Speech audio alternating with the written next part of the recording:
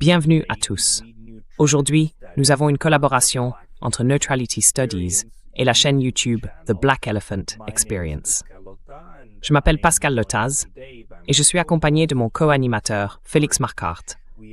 Nous sommes ravis d'accueillir l'un des universitaires militants les plus importants et les plus francs des États-Unis, le Dr Norman Finkelstein. Bienvenue Norman. Norman, welcome. Merci de m'avoir invité. Bienvenue Pascal. Thank you very much both for doing this, Felix. Merci beaucoup à vous deux d'avoir accepté de faire ça. Félix, c'était ton idée, et c'est une idée brillante. Norman, tu fais partie des plus grands spécialistes américains de ce qui se passe réellement en Israël, en Palestine, et du génocide à Gaza. Est-ce qu'on peut peut-être commencer par ton analyse de la situation après 2 ans de génocide? Where we stand after 2 years of genocide. Where we stand, I think that Où en est-on? the basic fact is Je pense que le fait de base, c'est qu'Israël s'est fixé un certain objectif le 8 octobre. Et cet objectif, c'était de résoudre une bonne fois pour toutes la question de Gaza. Ce que ça voulait dire concrètement, à mon avis, c'est ceci. Israël menait régulièrement ses campagnes de tuerie high-tech à Gaza, dont les plus connues ont été l'opération Plomb durci en 2008, 2009 et l'opération Bordure protectrice en juillet et août 2014. Ce sont les 2 opérations qui ont vraiment attiré l'attention, mais il y en a eu une bonne dizaine de ce genre, tout aussi meurtrières et technologiquement sophistiquées. Et le but, comme Israël le disait, c'était de tondre la pelouse à Gaza. C'est la métaphore qu'ils utilisent, une métaphore un peu pathologique. Quand on pense que la tondeuse coupait les brins d'une population dont la moitié étaient des enfants. Oui.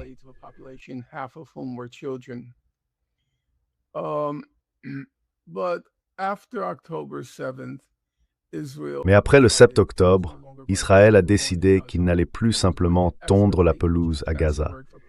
Il allait extirper, c'est-à-dire, pour le dire simplement, arracher jusqu'aux racines. Il voulait extirper chaque brin d'herbe de Gaza.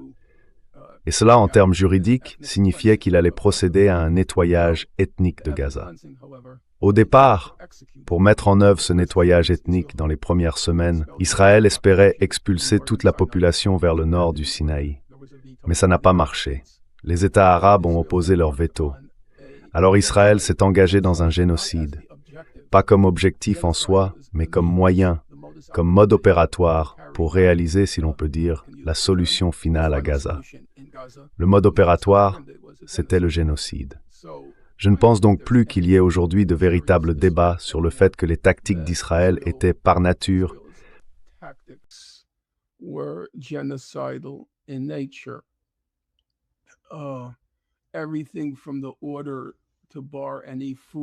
tout, depuis l'ordre d'interdire l'entrée de nourriture, de carburant, d'eau ou d'électricité à Gaza, jusqu'à, comme le disent les organisations de défense des droits humains, l'utilisation de la famine comme méthode de guerre, en passant par le refus d'accès à l'eau. Toutes ces tactiques, quand on les met bout à bout, traduisent une intention génocidaire. L'intention, c'était de détruire une partie ou la totalité de la population de Gaza. Et pour moi, c'est exactement la définition donnée par la Convention sur le génocide.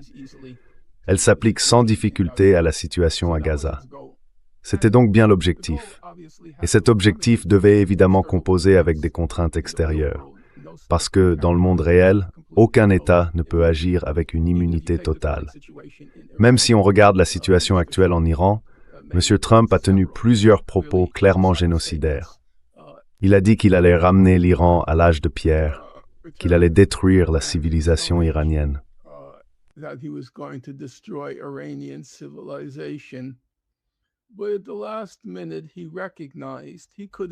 Mais à la dernière minute, il a compris qu'il ne pouvait pas le faire.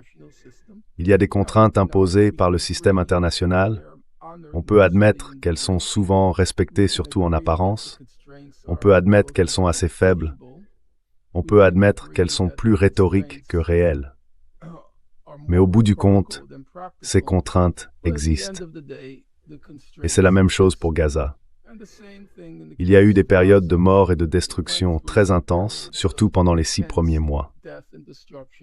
Puis différentes contraintes ont commencé à jouer, jusqu'à ce que Trump finisse par imposer une sorte de cessez-le-feu à Gaza, pour des raisons qui n'avaient rien à voir avec l'humanité, un concept totalement étranger à lui et à son administration, mais aussi, il faut le dire, à presque toutes les administrations présidentielles. He imposed a kind of ceasefire on Gaza. As Amnesty International stated, Comme l'a déclaré Amnesty International, le génocide continue, mais c'est désormais un génocide au ralenti, à cause des contraintes imposées de l'extérieur, des contraintes imposées à Israël. Je ne pense pas que les objectifs aient changé. Netanyahou reste déterminé à régler la question de Gaza, dans les limites que l'administration Trump lui a fixées. Comme je l'ai dit, il y a des limites, je ne vais pas le nier. La phase la plus barbare du génocide de Gaza, jusqu'à présent, est passée. La phase la plus barbare. L'objectif, lui, n'a pas changé, mais il avance au ralenti, Netanyahou espérant provoquer une fuite massive hors de Gaza.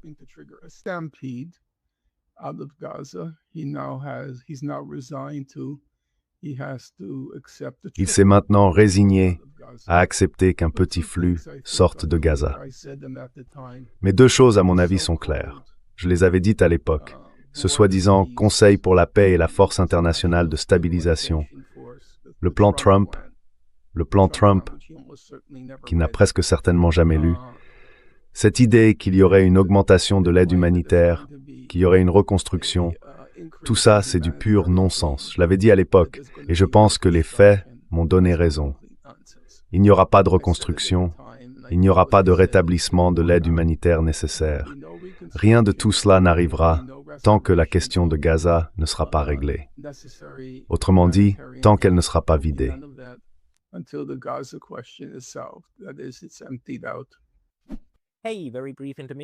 Petite pause rapide, parce que j'ai été récemment banni de YouTube. Même si je suis de retour, ça peut très bien se reproduire à tout moment. Alors, pensez à vous abonner, non seulement ici, mais aussi à ma newsletter sur Substack. C'est pascalotaz.substack.com. Le lien est dans la description, juste en dessous. Et maintenant, on reprend la vidéo.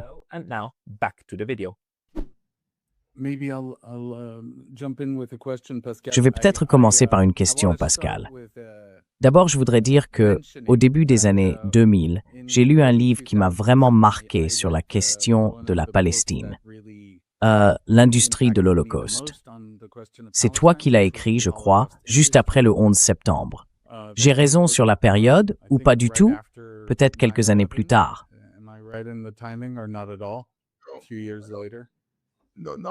J'ai écrit L'industrie de l'Holocauste.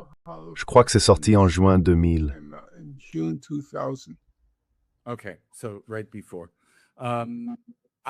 D'accord. Alors, juste avant ça, j'ai passé les années suivantes, en gros, à vendre mon âme comme une sorte de sous-fifre de la classe Epstein. Donc, quand les dossiers Epstein sont sortis et que j'ai vu qu'il n'y avait, à part vous, pratiquement personne qui s'en était sorti la tête haute, j'étais vraiment ravi de reprendre contact avec vous. Mais je voulais vous poser une question. À cause de ce que vous avez dit dans vos récentes interviews, sur la façon dont Tucker Carlson et la droite ont parlé d'Israël, on produit une sorte de réaction assez nouvelle. Et vous, dans ces interviews, vous avez un peu repoussé cette approche.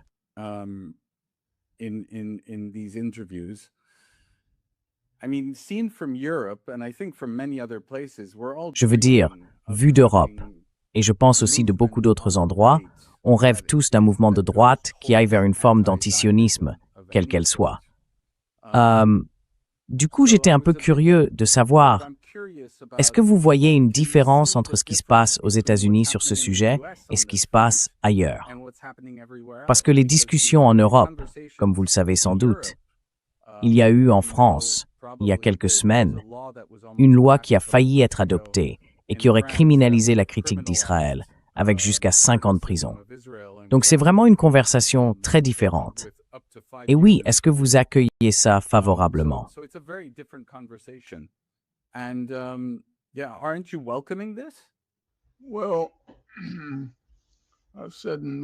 Eh bien, j'ai dit à plusieurs reprises que beaucoup de choses que Tucker Carlson a dites, surtout au cours de l'année écoulée, sont justes. Elles sont exactes. Je ne conteste jamais les faits. Et je n'ai aucun doute qu'il avait raison, et qu'il a joué un rôle essentiel en partageant sa compréhension de la situation, dont une grande partie est correcte, avec un large public. Je le sais, et je ne remets pas ça en cause. Le problème, c'est que, même si je n'aime pas ces termes, je vais les utiliser. La manière dont il présente la question n'a jamais eu quoi que ce soit à voir, historiquement, avec la gauche. Et moi, je suis quelqu'un qui appartient clairement et fermement à la gauche.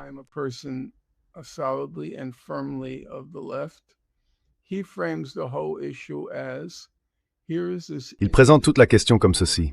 Voici les États-Unis, innocents, purs, qui auraient été trompés, dupés, séduits, puis même victimes de chantage, et c'est un point central dans leur discours, victimes de chantage de la part de ces Juifs en Israël. C'est ainsi qu'il pose le problème. Pour la gauche, la Palestine est, ou a été, une lutte de libération nationale. C'est l'histoire d'un peuple opprimé. C'est une question d'impérialisme, de colonialisme, de toutes ces choses-là. Je n'aime pas particulièrement le terme colonialisme de peuplement, parce que je ne le trouve pas très fécond sur le plan intellectuel. Mais c'est le cadre général de la gauche.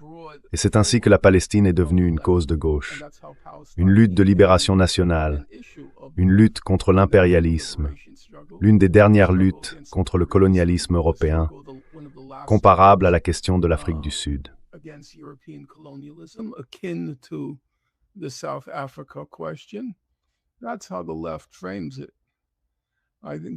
C'est comme ça que la gauche présente les choses. Je pense que la droite, elle, les présente plutôt comme des juifs, des tireurs de ficelles, des manipulateurs internationaux qui contrôlent tout et qui, selon ces gens-là, le feraient depuis longtemps. D'après eux, les Juifs en Israël seraient responsables de l'assassinat de Kennedy. Pour l'instant, ils n'ont pas encore attribué celui de Lincoln à Israël, mais je ne serais pas surpris que ça vienne. Ils ont aussi accusé les Juifs d'Israël d'être derrière la guerre en Irak en 2003. Et au fond, la question juive, historiquement entre les mains de la droite, n'a jamais eu une issue particulièrement heureuse. Je ne dis pas qu'il n'y a pas eu de problème à gauche, parce que certains disent « et Staline, et le complot des médecins, et ceci, et cela, et le reste ».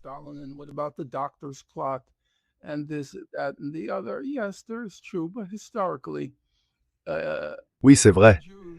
Mais historiquement, les Juifs, en tant que question liée à la gauche, s'en sont plutôt bien sortis.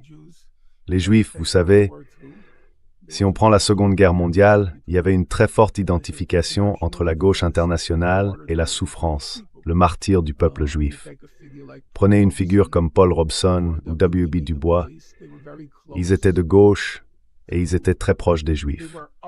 Il y a donc toujours eu ce sentiment d'une lutte commune entre les peuples opprimés qui incluait à cette époque, je parle de la Seconde Guerre mondiale et aussi des mouvements antifascistes d'avant-guerre, une solidarité entre les Juifs et la gauche. Mais la droite, non. Les Juifs et la droite, les Juifs ne s'en sont pas bien sortis du côté de la droite. Je pense que tout le monde peut être d'accord là-dessus.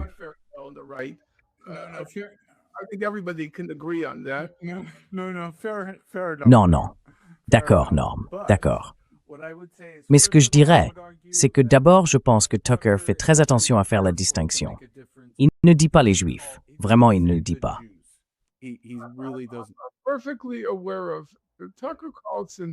Je connais très bien Tucker Carlson. Je ne sais pas si vous voyez l'émission télé Columbo. Vous connaissez Columbo? Oui, bien sûr. Eh bien, Tucker Carlson a un peu le même numéro, si on peut dire.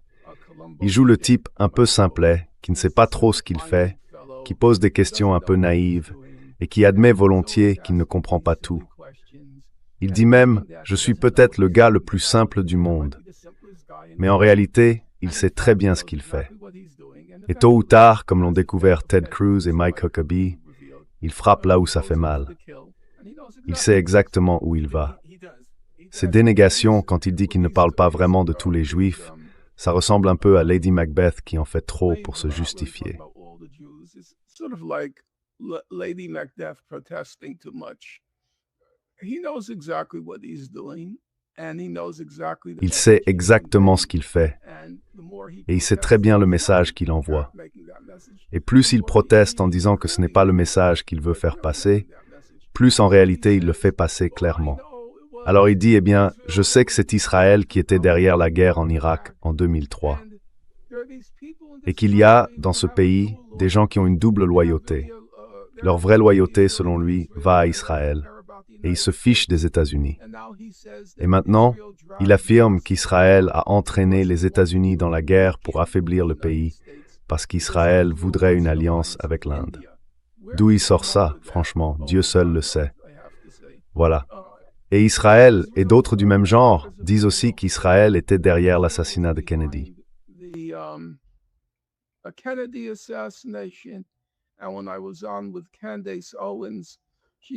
Et quand j'étais avec Candace Owens, elle a dit que tous les soi-disant survivants de l'Holocauste étaient en réalité des bolcheviks russes qui avaient tué des millions de chrétiens, puis prétendu être des rescapés des camps de la mort. Oui, c'est littéralement ce qu'elle a dit, mot pour mot. C'est assez clair d'où tout ça vient, avec toutes ces protestations, toutes ces précautions de langage, et tout ce vernis de protection, si on peut dire. Alors, je veux être très clair, parce que je ne veux pas qu'on déforme mes propos, ni qu'on me fasse dire ce que je n'ai pas dit. Je pense qu'une bonne partie de ce qu'il dit est vrai.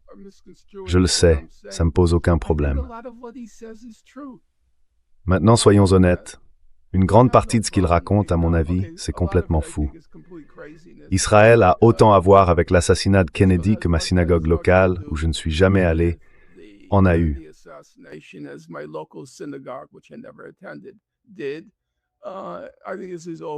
Je pense que tout ça, c'est de la pure folie, même si les gens sont très catégoriques là-dessus.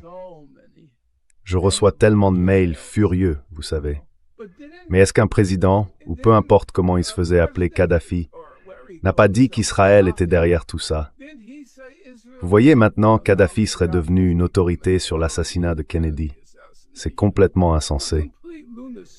Mais je reconnais que beaucoup de ce qu'il dit est vrai. Parfois, je vais même plus loin que lui. J'ai été, je crois, la première personne à dire qu'une poignée de milliardaires juifs suprémacistes étouffe la liberté académique dans notre pays. Et ça, c'est un vrai problème. Il faut le dire.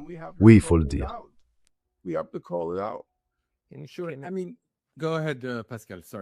Je veux dire... Vas-y, Pascal. Désolé. Est-ce que je peux juste poser une question à ce sujet? Parce que je me demandais récemment, le mal, la destruction que provoque Israël et le sionisme contre les Palestiniens, contre Gaza, c'est vraiment, vraiment évident, non? On le voit tout le temps. Et les chiffres sont absolument terribles. Mais les dégâts, quelle est, selon vous, l'ampleur des dégâts que le sionisme inflige au judaïsme? Moi, je n'ai aucune idée de ce qu'est le judaïsme.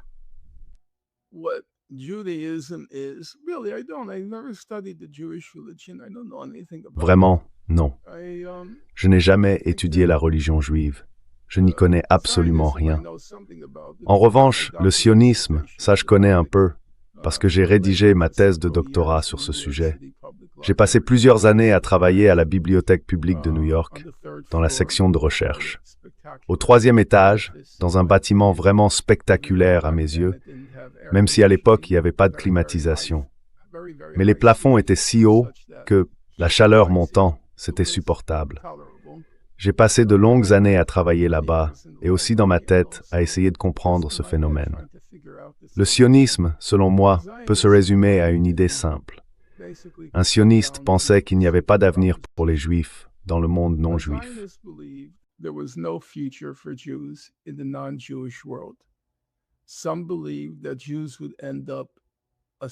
Certains pensaient que les Juifs finiraient par s'assimiler, qu'ils deviendraient, pour ainsi dire, et parfois même littéralement, non, pas parfois, souvent littéralement, s'ils se mariaient avec des non-Juifs, qu'ils deviendraient simplement des Goïs, et que le peuple juif ainsi que la religion juive finiraient par disparaître. C'était une première vision. L'autre vision, c'était que les Juifs ne s'assimileraient pas, mais qu'ils seraient exterminés. Qu'à un moment donné, le niveau d'antisémitisme toujours élevé atteindrait un point où il conduirait à une extermination massive des Juifs. Donc, puisqu'il n'y avait pas d'avenir pour les Juifs dans le monde non juif, ils devaient créer un État. Et selon eux, cet État devait être fondé sur leur terre historique, telle qu'ils la concevaient, Eretz Israël ou la Palestine.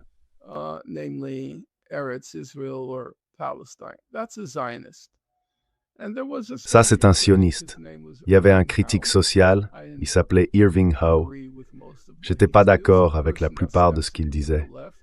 C'était quelqu'un qui se disait de gauche, mais il a un jour fait une remarque que j'ai trouvée sensée. Il a dit, si tu as assez d'argent dans ta poche pour t'acheter un aller simple pour Israël et que tu ne le fais pas, alors tu n'es pas un sioniste. Parce que tu crois qu'il y a un avenir pour les Juifs dans le monde, non? Enfin, dans le monde chrétien, ou peu importe comment tu veux l'appeler, il y a un avenir pour eux. Et tu as choisi de rester. Tu as garé ta voiture dans le monde non juif. Dans ce cas, il parlait des Juifs américains. Eux, ce ne sont pas des sionistes. Je ne comprends pas pourquoi les gens utilisent ce mot. Moi, je pense qu'ils sont plutôt des suprémacistes juifs dans leur sentiment d'appartenance à la communauté des Juifs d'Israël.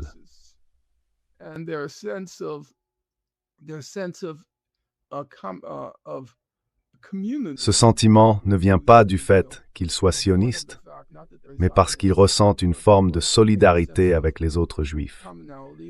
Et cette solidarité-là, c'est une forme de suprémacisme juif. Je crois que c'était Philip Roth, l'écrivain. Je ne suis pas sûr à 100%. Je pourrais vérifier maintenant, mais je le ferai plus tard. Il disait que les Juifs grandissent avec une idée martelée dans la tête depuis la naissance. Les Juifs sont supérieurs. Les Juifs sont meilleurs. Et je pense que c'est assez juste.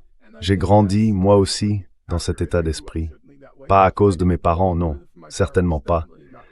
Mais parce que j'ai grandi dans un vieux quartier juif.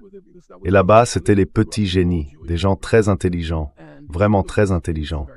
Et oui, on croyait que les Juifs étaient meilleurs. Et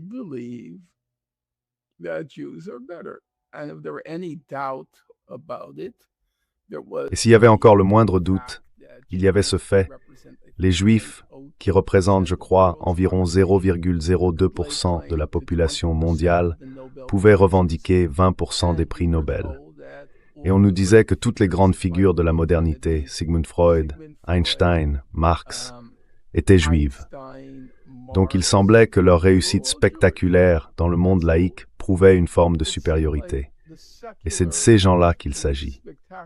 Ce sont des suprémacistes juifs. Je ne crois pas qu'ils soient sionistes. Je doute que l'un d'eux ait jamais lu un livre sur le sionisme.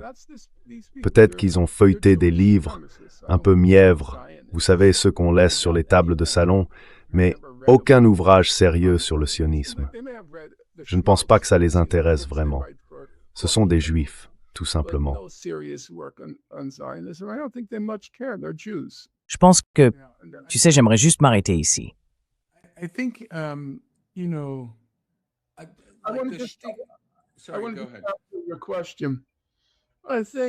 Je veux répondre à votre question.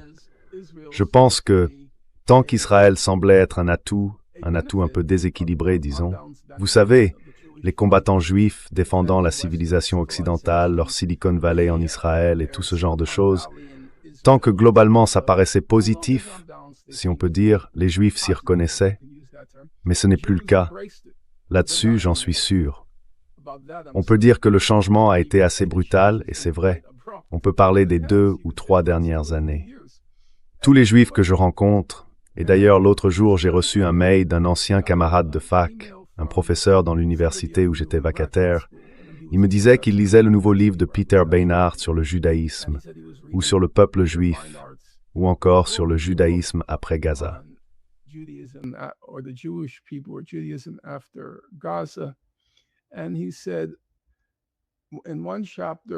Et il a dit dans un des chapitres, Beinart expose les faits sur le terrain. Et il m'a dit, je ne savais vraiment pas tout ça. J'ai vraiment honte maintenant. Je suis vraiment embarrassé. Et je ne peux pas l'accepter. Aujourd'hui, il y a un groupe, j'en vois beaucoup dans mon quartier, qui reste fanatiquement pro-Israël. Mais dans l'ensemble, le sentiment oscille entre la honte, le dégoût et l'horreur face à cet État, cet État complètement fou. Donc je pense que c'est fini au sein de la population juive. Vous voulez dire parmi la population juive de votre quartier? Oui, dans mon quartier, il y a les juifs ultra-conservateurs, les orthodoxes, et puis les juifs russes, qui sont extrêmement racistes. Et mon quartier, Coney Island, Brighton Beach, cette partie de New York, vote toujours Trump.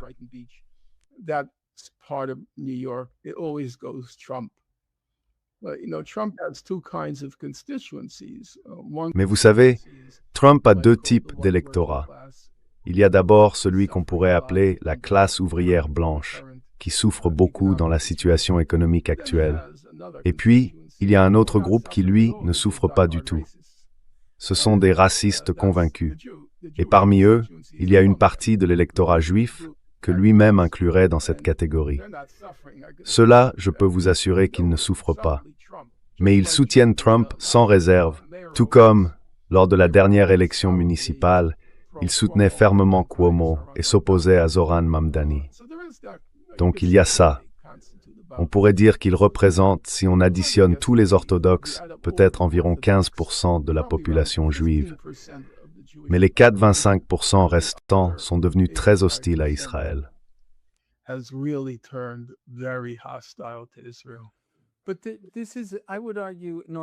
Mais ça, Norman, je dirais que c'est plutôt un phénomène new-yorkais. Parce qu'à Los Angeles, ce n'est pas du tout ce que j'entends de la part de mes amis juifs là-bas. Il y a encore un électorat juif très fort, viscéralement pro-israélien.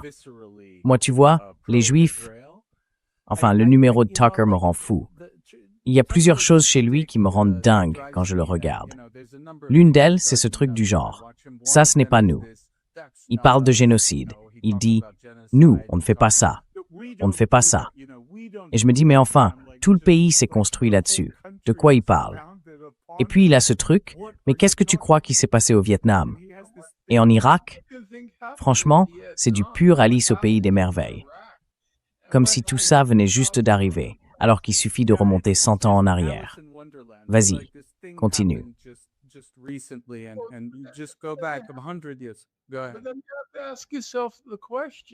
Mais alors, il faut se poser la question, si ce que vous dites est vrai, et je crois que c'est vrai, pourquoi tout à coup, pourquoi son cœur se serait-il soudainement ouvert à la souffrance du peuple palestinien et pas à celle d'autres peuples? Pourquoi? Pourquoi? Et je pense qu'il y a une réponse à ça, mais ce n'est pas une réponse très réjouissante. Pourquoi, parmi tous les gens, est-il soudainement indigné par le traitement, par le mal, comme il le dit justement, le mal qui s'est abattu sur le peuple de Gaza et d'ailleurs? Pourquoi? Ce serait tout à fait compréhensible si cela venait d'une personne de gauche qui s'est toujours identifiée aux luttes des peuples opprimés, des nations opprimées, des travailleurs opprimés. La lutte palestinienne s'inscrit parfaitement dans cette logique. Ça, c'est cohérent. Mais quand ça vient soudainement de la droite, c'est un phénomène déroutant, ou du moins ça en a l'air. J'aime à penser qu'il se passe autre chose, et je crois que c'est effectivement le cas.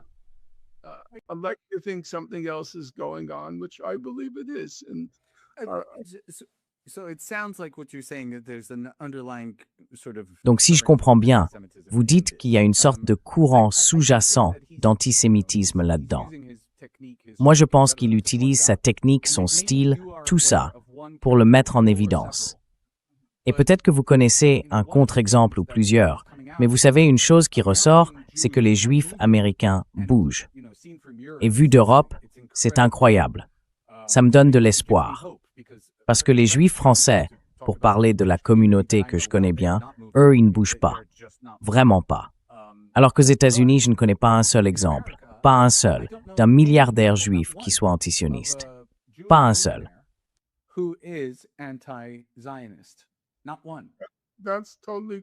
Oui, c'est tout à fait exact. Ils ont probablement, mais je n'ai aucun plus qu'il n'y a pas.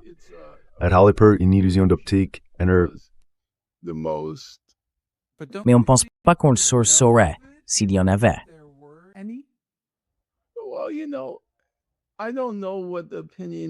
Eh bien, vous savez, je ne sais pas vraiment ce que pense, disons, la classe Soros, où il y a un grand nombre de Juifs, ni quelle est leur position actuelle. Je ne suis pas ces choses-là. On connaît les Bill Ackman, les Barry Sternlicht et beaucoup d'autres parce qu'ils sont très bruyants, très audacieux dans la façon dont ils s'expriment. Mais il est possible qu'il y ait aussi une classe de milliardaires juifs qui se sentent mal à l'aise face à la manière dont Israël agit. Je ne peux pas répondre à cette question.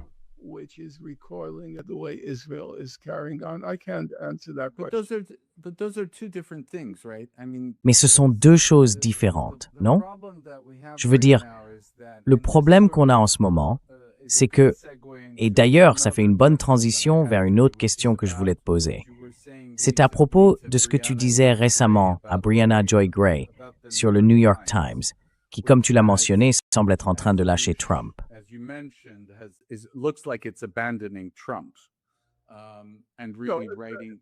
ne pense pas que ça ressemble à ça. Pour moi, c'est très clair que le Times veut que Trump perde s'il se représente. Ça veut dire il se détache d'Israël, c'est bien ça? C'est votre analyse? Dans cette guerre, Israël et les États-Unis sont tough.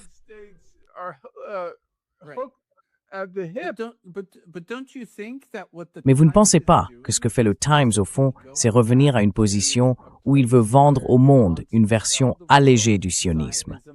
En gros, l'idée que le problème, c'est Netanyahou, pas Israël.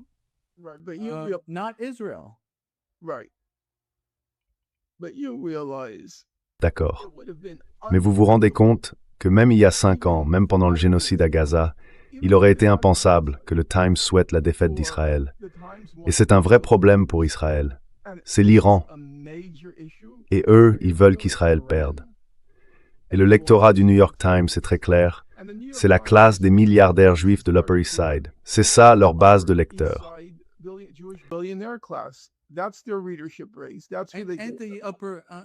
Et le Upper West Side, disons, un peu plus.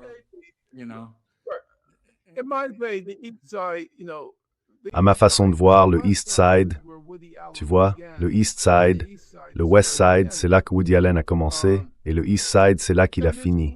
Et c'était différent. Les Juifs de l'Upper West Side étaient branchés, libéraux, tout ça. Ceux de l'Upper East Side, eux, étaient des milliardaires conservateurs. Et c'est ça la base du Times, les milliardaires juifs conservateurs de l'Upper East Side. Et pourtant, le journal veut clairement que Trump perde. Il pense que ce serait une catastrophe s'il gagnait, parce que ça le rendrait encore plus sûr de lui. Donc ils veulent qu'il perde, et peu leur importe si Israël perd aussi. Mais c'est bien ça mon point, Norm.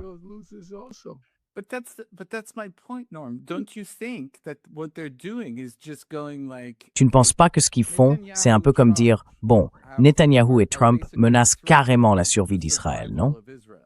J'ai l'impression que ce qu'ils essaient de faire, c'est de trouver un moyen pour qu'on se dise, d'accord, Netanyahou est horrible, et Ben Gvir, Smotrich, et tous ces sionistes complètement fous, allons chercher les bons sionistes. Ils ont toujours cherché ça. Zionists are let's go and seek the good Zionists. They've always looked for that, and at some points it seemed plausible. Et à certains moments, on pouvait croire qu'il y aurait peut-être un retour à l'époque d'un Israël éclairé, cette idée d'une lumière parmi les nations, tout ça. Mais je pense qu'il y a, je peux me tromper, une prise de conscience qui s'installe. Cette époque n'existe plus et elle ne reviendra pas. Mais est-ce que ça a déjà existé en fait? Eh bien, j'ai dit que dans leur esprit, Israël, c'était la lumière des nations, l'armée la plus morale du monde et tout ce qui va avec. Mais je pense qu'il y a maintenant une prise de conscience. Cette époque est révolue.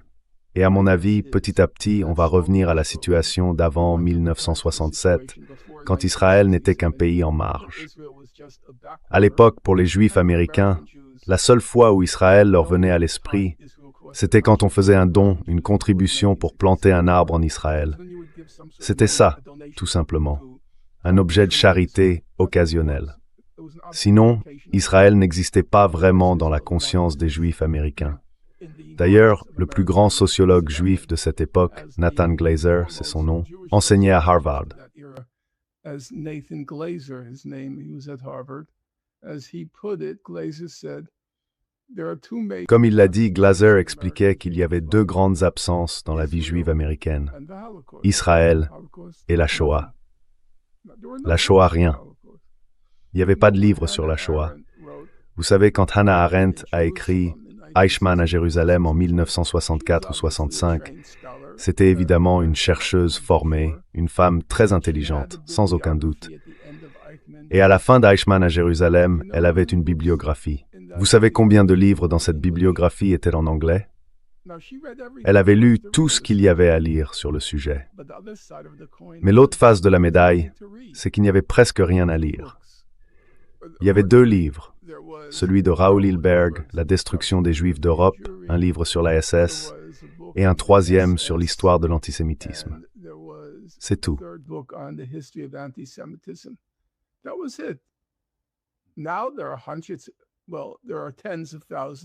Aujourd'hui, il y en a des centaines, enfin plutôt des dizaines de milliers, c'est certain. Tout ça, c'est un phénomène apparu après juin 1967. Il y a quelque chose d'assez intéressant d'ailleurs dont personne n'a vraiment parlé, étonnamment. J'ai mentionné qu'Israël était absent de la vie américaine, que la Shoah l'était aussi. Et à mon avis, depuis ce qui s'est passé à Gaza, il y a un fait nouveau. C'est la première fois que la Shoah n'a pas été invoquée. Ils ont essayé pendant les premières semaines. Souvenez-vous au tout début la manière dont on a présenté ce qui s'est passé à Gaza le 7 octobre. On disait que c'était le plus grand massacre de Juifs depuis la Shoah nazie. Mais ça n'a clairement pas pris. Personne ne voulait entendre parler de la Shoah à ce moment-là.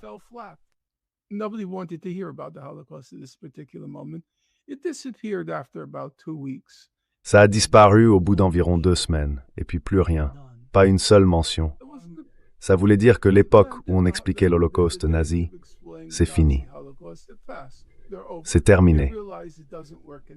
Ils se rendent compte que ça ne marche plus, surtout avec la jeune génération. La jeune génération, pour le meilleur ou pour le pire, et moi je pense clairement pour le pire, n'a plus aucun sens historique.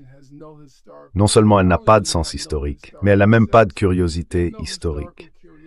Si quelque chose ne s'est pas passé il y a 2 semaines, ça ne les intéresse pas. Alors l'Holocauste nazi, qui remonte maintenant à environ 80 ans, n'éveille aucun intérêt chez les jeunes. Ça n'a eu aucun écho. Vous savez, sur les campus, quand les gens, les représentants d'Israël, en gros, les Hillel et les autres, interviennent, ils n'évoquent jamais l'Holocauste nazi. Jamais.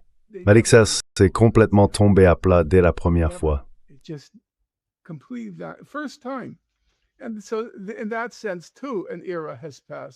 Et donc, en ce sens aussi, une époque est révolue. L'époque de ce livre intitulé « L'industrie de l'Holocauste », l'époque de cette industrie, est terminée. Elle est aujourd'hui pratiquement morte. À force d'avoir été surexploitée, elle doit maintenant déposer le bilan. C'est fini. Il y a donc eu des changements importants. Et comme je l'ai dit, le fait que le New York Times souhaite la défaite d'Israël est quelque chose de très inhabituel, même si sa base se trouve dans l'Upper East Side. L'Upper East Side. Pour toi, Pascal, l'Upper East Side, c'est le quartier le plus riche du monde, celui où la concentration de millionnaires et de milliardaires est la plus élevée. Et il est très majoritairement juif. Très majoritairement juif. C'est de là que le New York Times tire son prestige et ses revenus. C'est sur cet endroit qu'il repose. Et pour la première fois, les Simpsons n'expriment absolument aucune sympathie pour Israël pendant cette guerre.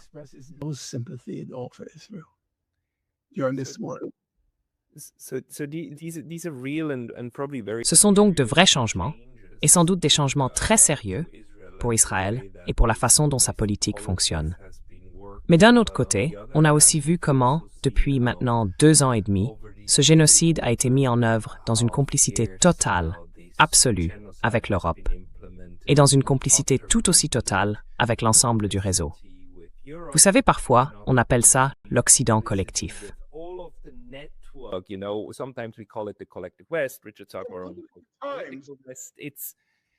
Richard Sakwa appelle ça l'Occident collectif, parce que c'est un système, non? Y compris le Times. Le Times, pendant la première année du génocide à Gaza, c'était juste un porte-voix de propagande. Totalement. C'était horrible. Le type, Patrick Kingsley, et tout un groupe avec lui. Aujourd'hui, la moitié de l'équipe du Times sur Israël-Palestine, ce sont des Israéliens. Et personne ne s'en étonne. Ce sont des Israéliens. La plupart écrivaient avant pour des journaux de propagande israéliens, comme le Times of Israel ou le Jerusalem Post. C'est leur équipe maintenant. Donc même pendant le génocide à Gaza, ça restait un média de propagande pour Israël. Mais bon, il y a des moments où ils doivent choisir. S'ils veulent soutenir Israël, ils doivent soutenir Trump. Moi, je ne pense pas.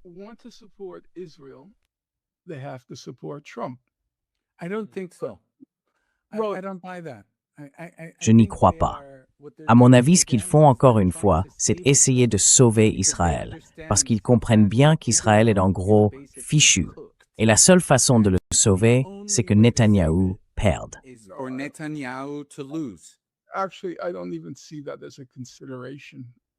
En fait, je ne pense même pas que ce soit une question qui se pose. Leur seule préoccupation, c'est il faut se débarrasser de Trump. Il faut se débarrasser de Trump. Et si le prix à payer, c'est qu'Israël perde, eh bien, ils sont prêts à l'accepter. C'est comme ça que je comprends la situation. Et bien sûr, ça contredit totalement l'idée selon laquelle tous ces Juifs américains ne penseraient qu'à Israël. Ce n'est pas vrai. Ce sont des élites juives bien installées aux États-Unis. Ce ne sont pas des sionistes, parce qu'ils croient qu'il y a un avenir pour les Juifs ici. D'ailleurs, la vie a été très bonne pour les Juifs aux États-Unis. Et eux, ils considèrent que Trump est une menace, mais ils ne sont pas pour autant antisionistes. They're not anti-Zionists. Non, ils ne sont pas antisionistes. Pas du tout. Ce sont tous des suprémacistes juifs. Oui, c'est vrai. J'ai grandi avec ça, je le sais. Tu vois, Chuck Schumer, il est allé dans le même lycée que moi. Il avait 3 ans d'avance sur moi. Un type brillant, vraiment un esprit de tout premier ordre. Je connaissais sa sœur aussi. À l'époque, sa sœur Fran, elle était très impressionnante, vraiment remarquable. À ce moment-là, comme l'a dit George Lukács, il faut savoir regarder le présent comme de l'histoire. Et à cette époque, il n'y avait aucun intérêt pour Israël. Israël, quand on allait à l'école, c'était un coin perdu, très pauvre. C'est difficile à imaginer aujourd'hui.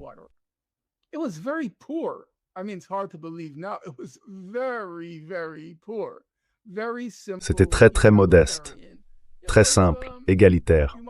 On pourrait dire du communisme primitif. C'est un terme de Marx, le communisme primitif. En Israël, c'était une forme de communisme primitif. Les Juifs américains, quand on grandissait, eux, ils étaient prêts à conquérir le monde. Ils savaient, ou ils croyaient, qu'ils allaient occuper les sommets de la société américaine. Et vous savez quoi? Ils avaient raison. C'est ce qui s'est passé.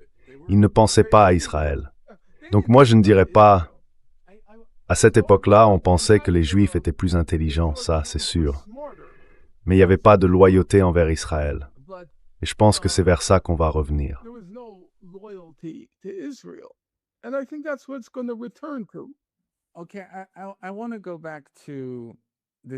D'accord, je veux revenir sur cette idée. Je comprends le côté un peu structuraliste en vous, celui qui n'a pas de temps à perdre avec les rumeurs ou les théories du complot. Et je comprends tout à fait.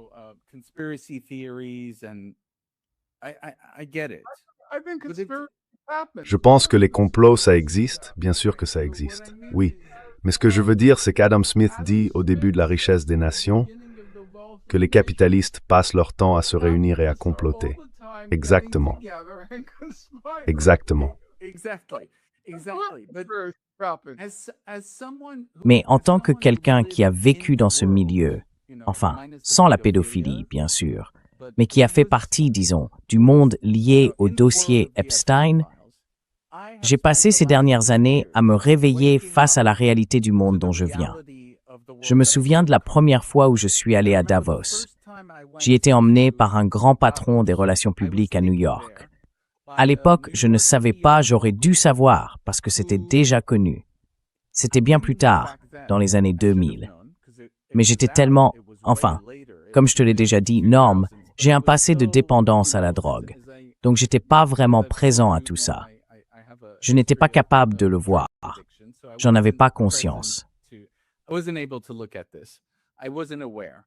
But this guy who took me to Davos was... Mais ce type qui m'a emmené à Davos, c'était en fait celui qui avait organisé le témoignage de la fille de l'ambassadeur du Koweït aux États-Unis. Ce témoignage a joué un rôle absolument crucial pour pousser l'Amérique à mener la première guerre du Golfe, ce qu'on appelle aujourd'hui la première guerre du Golfe. Ton histoire, tes livres, regorgent d'exemples de choses que pendant des années, on a cru être d'une certaine manière et qui se sont révélées tout à fait différentes. Et tu vois ce que tu disais à propos de l'ambiance aux États-Unis au début des années 60 concernant Israël montre très clairement que personne ne parlait de la Nakba. Personne ne parlait du fait que ce qu'on appelait, peu importe le terme, un socialisme primitif, c'était en réalité construit sur la violence et au fond sur un péché originel.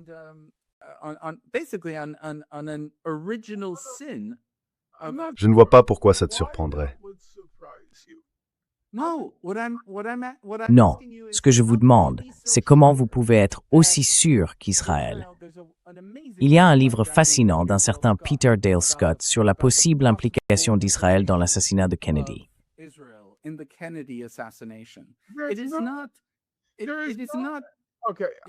Non, non.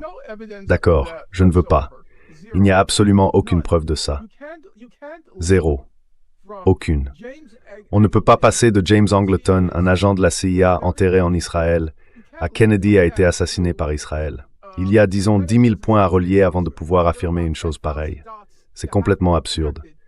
J'ai vérifié l'autre jour, il y a eu entre 1000 et 2000 livres écrits sur l'assassinat de Kennedy. Si on inclut ceux qui en parlent seulement de façon indirecte, on monte à 40 000. Et parmi ces 40 000 livres, ou même les 1000 à 2000 principaux, si on regarde l'index, combien mentionne Israël? Réponse, 0. 0. Je ne les ai pas tous lus, mais j'en ai lu beaucoup. J'ai lu Whitewash de Harold Weisberg, j'ai lu Rush to Judgment de Mark Lane, et puis j'en ai lu plusieurs autres, moins connus. Israël n'apparaît jamais. Ce n'est même pas un...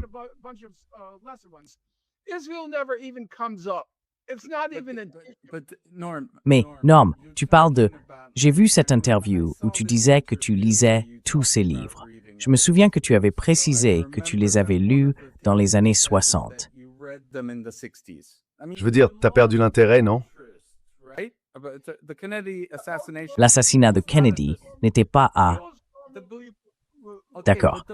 Mais le livre dont je parle, et encore une fois, je veux dire, c'est au début des années 90. Tu ne l'as pas lu. Oui. De nouvelles informations sont sorties à propos de l'assassinat de Kennedy, qu'il y avait des divergences d'opinion entre les États-Unis et Israël, bien sûr. Est-ce qu'il y avait de fortes divergences d'opinion? Bien sûr.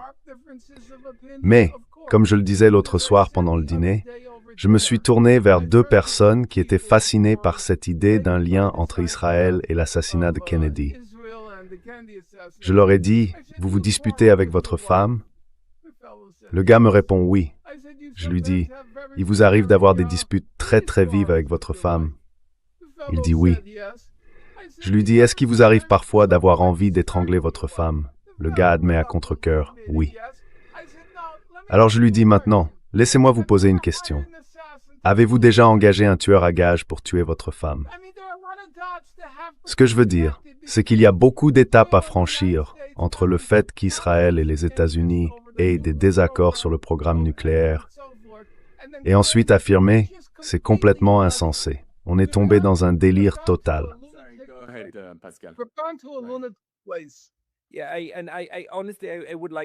Oui, et honnêtement, j'aimerais éviter d'aller sur ce terrain. Je préférerais plutôt te demander, Norman, comment tu perçois, malgré tous les défauts des Nations Unies, le rôle que joue Francesca Albanese et celui que l'ONU a réussi à jouer, au moins pour documenter les faits. Quelle est ton évaluation là-dessus? Est-ce qu'il reste une forme de vie à l'ONU après un génocide?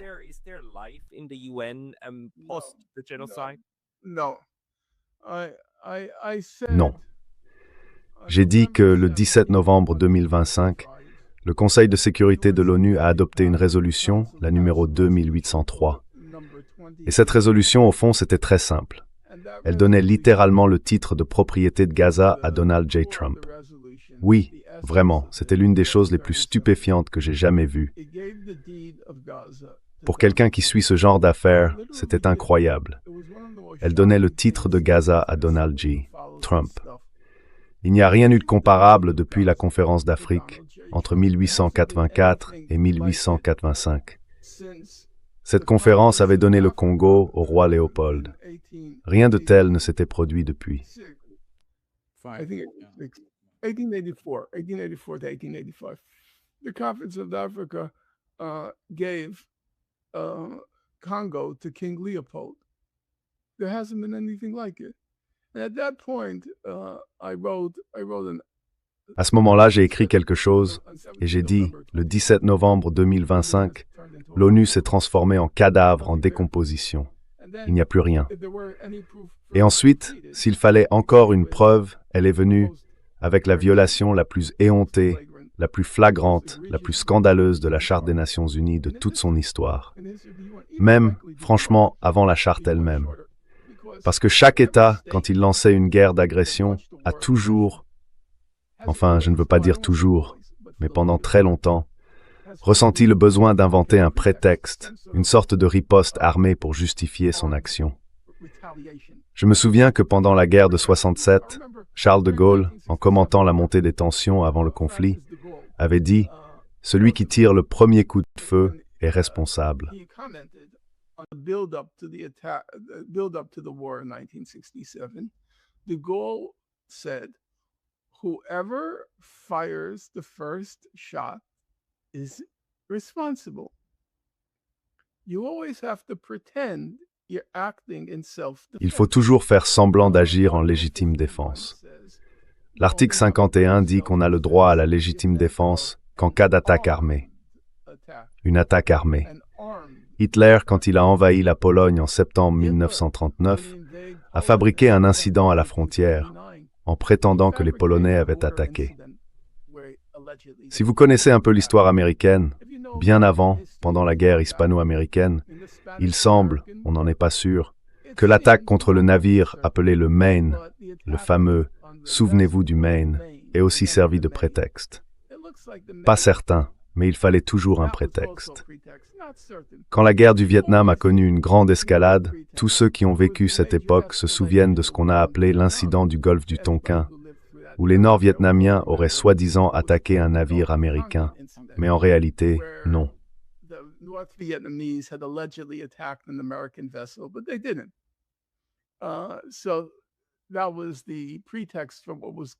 C'était donc le prétexte pour ce qu'on a appelé la résolution du golfe du Tonkin, qui a marqué une escalade majeure de l'implication des États-Unis au Vietnam.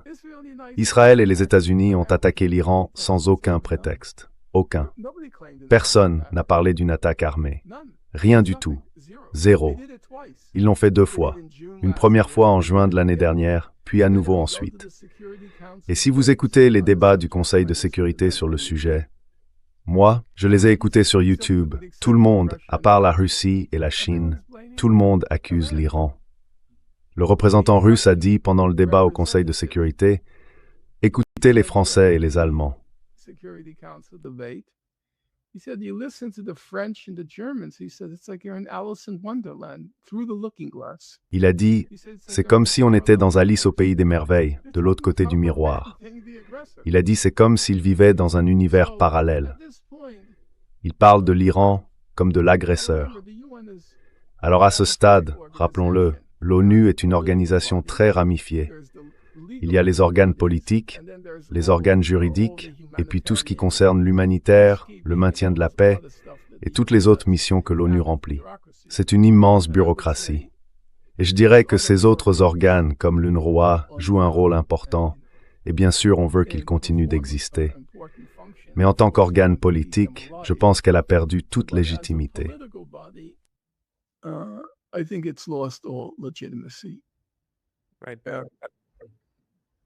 C'est tout à fait logique de faire la différence entre ces différents partis.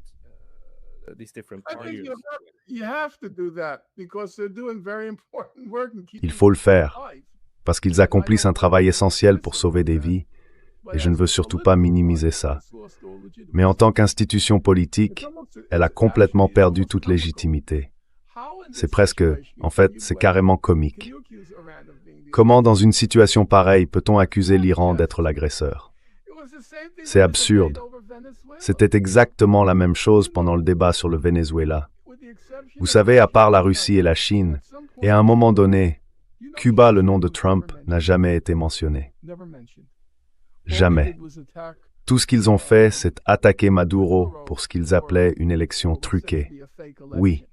Même les pays qui étaient plutôt solidaires, qui s'opposaient au coup d'État américain au Venezuela, comme le Chili n'aurait jamais prononcé un seul mot contre les États-Unis. Pas un mot. Non, ils se sont réveillés seulement pour le Groenland. Oui, les Européens se sont réveillés pour le Groenland. C'est tout à fait exact. Tout à fait exact. Oui, c'est tout un système de pensée, une forme de vassalité très très disciplinée de la part des partisans. Mais Norman, merci beaucoup pour toutes ces analyses. Y a-t-il quelque chose dont nous n'avons pas encore parlé et que vous aimeriez mentionner pour conclure?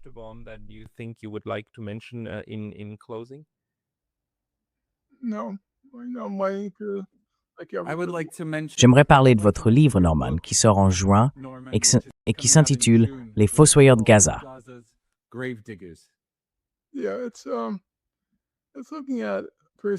Oui, je parle ici de personnalités du système international dont je pense qu'elles ont soit été corrompues, soit qu'elles agissent en réalité comme des agents israéliens à l'intérieur de ce système.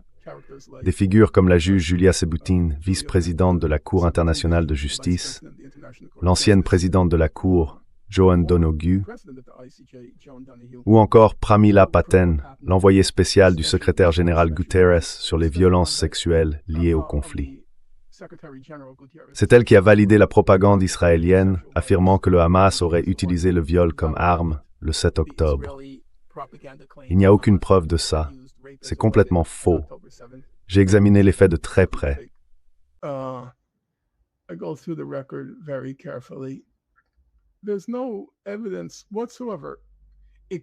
Il n'y a absolument aucune preuve, à part les témoignages oculaires israéliens, aucune preuve matérielle, aucune preuve médico-légale, aucune preuve numérique, rien qui montre qu'il y ait eu des violences sexuelles commises par le Hamas ce jour-là, que ce soit un viol ou toute autre forme de violence sexuelle au sens large. Sur la question du viol, je pense que, sauf révélation improbable dans 30 ans par le petit enfant de Peter Dale Scott, sauf révélation donc, il n'y a aucune preuve qu'un viol ait eu lieu. Et je trouve que les éléments sont assez convaincants. Il y a au moins 5000 photos conservées du 7 octobre. 5000. Environ 50 heures d'images numériques de cette journée, avec des caméras piétons, des caméras de bord, des enregistrements de feux de circulation et une quantité énorme, évidemment, de vidéos prises sur iPhone. 50 heures. Raleigh, il n'y a pas une seule image de ce que Comment est-ce possible?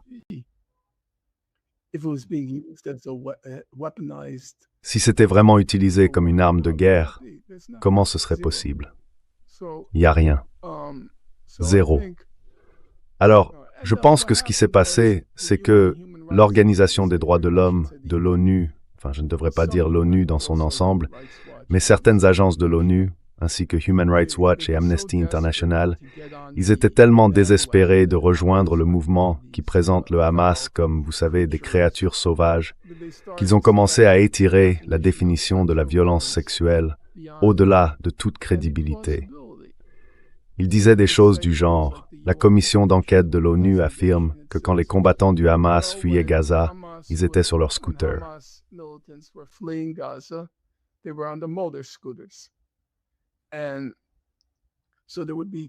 Donc il y avait 2 membres du Hamas sur le scooter et ils prenaient des otages, évidemment.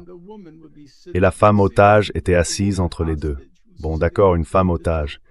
On sait tous que prendre des otages, c'est illégal, selon le droit international. C'est un crime de guerre. Très bien, je n'ai aucun problème avec ça. Mais ensuite, la commission d'enquête des Nations Unies dit non, c'est de la violence sexuelle. Alors je me dis de la violence sexuelle. D'accord, c'est un crime de guerre, mais où est la violence sexuelle là-dedans? Le terme qu'ils ont utilisé, c'est intimité forcée. Pour servir ici, Je pense que pour apaiser Israël, pour leur donner un os à ronger, parce que les rapports sont massivement critiques envers Israël. Mais ce qu'Israël a fait, c'est transformer la question des violences sexuelles en test décisif. Il fallait reconnaître qu'il y avait eu des violences sexuelles. Sinon, on était anti-Israël, antisémite, anti-femme, et ainsi de suite, blablabla.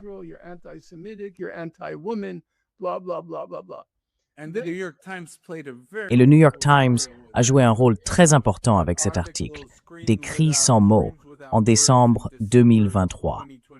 Juste au moment où l'opinion mondiale commençait à se retourner contre Israël, le timing était incroyable.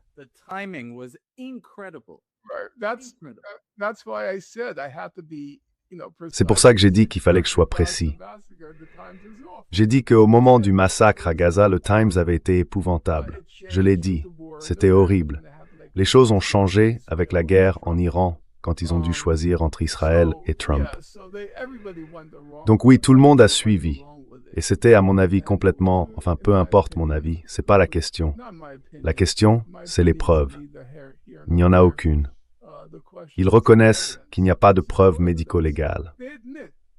Maintenant, ils affirment que s'il n'y a pas de preuves médico-légales, c'est parce que le nombre de personnes tuées était tellement énorme, ce qui est vrai, 1200 morts en une seule journée, qu'ils ont dû traiter les corps très vite pour les enterrements et tout le reste.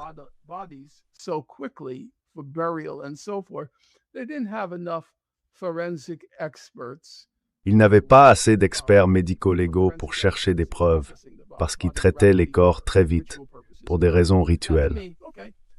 Pour moi, d'accord, c'est une explication possible. Je ne dis pas qu'elle soit totalement convaincante, mais c'est certainement une explication plausible à l'absence de preuves médico-légales. Ensuite, il y a un autre problème, l'absence de preuves numériques. Les viols auraient eu lieu principalement pendant le festival de musique, et c'était surtout des jeunes, évidemment, à ce festival. Et on a dit que ces viols collectifs, comme on les appelle, avaient été commis volontairement en public pour démoraliser et détruire l'esprit de corps israélien, l'éthique, vous voyez. Et il y avait soi-disant 14 témoins, entre guillemets, qui disaient avoir tout vu depuis leur cachette.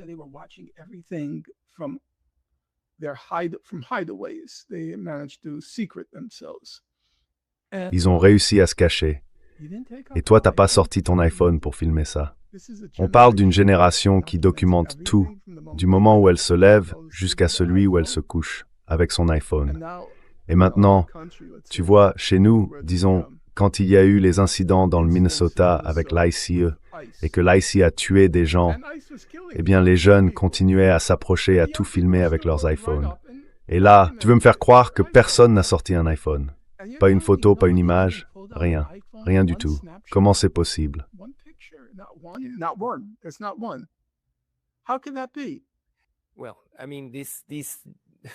Eh bien, je suis content que votre livre sorte bientôt, qu'il soit publié. Vous avez dit qu'il paraîtrait en juin ou en juillet, c'est bien ça? The Brave Figures, où vous racontez aussi comment certains ont essayé d'édulcorer tout ça. On essaiera bien sûr de vous réinviter à ce moment-là pour en parler plus en détail. Mais pour aujourd'hui, je voudrais vous remercier tous les deux pour votre temps. Félix Marquardt et Norman Finkelstein. Merci beaucoup, Pascal. Et Norm, merci d'avoir pris le temps d'être avec nous. J'espère qu'on pourra bientôt refaire une balade sur la plage de Coney Island. D'accord, c'est encore l'hiver à New York. Hier, il faisait 3 degrés. Vous vous souvenez, la dernière fois, il commençait à se faire tard. Enfin bref, messieurs, merci à vous. Je lance le générique de fin. On peut le stepper, Yann Mujisaswo.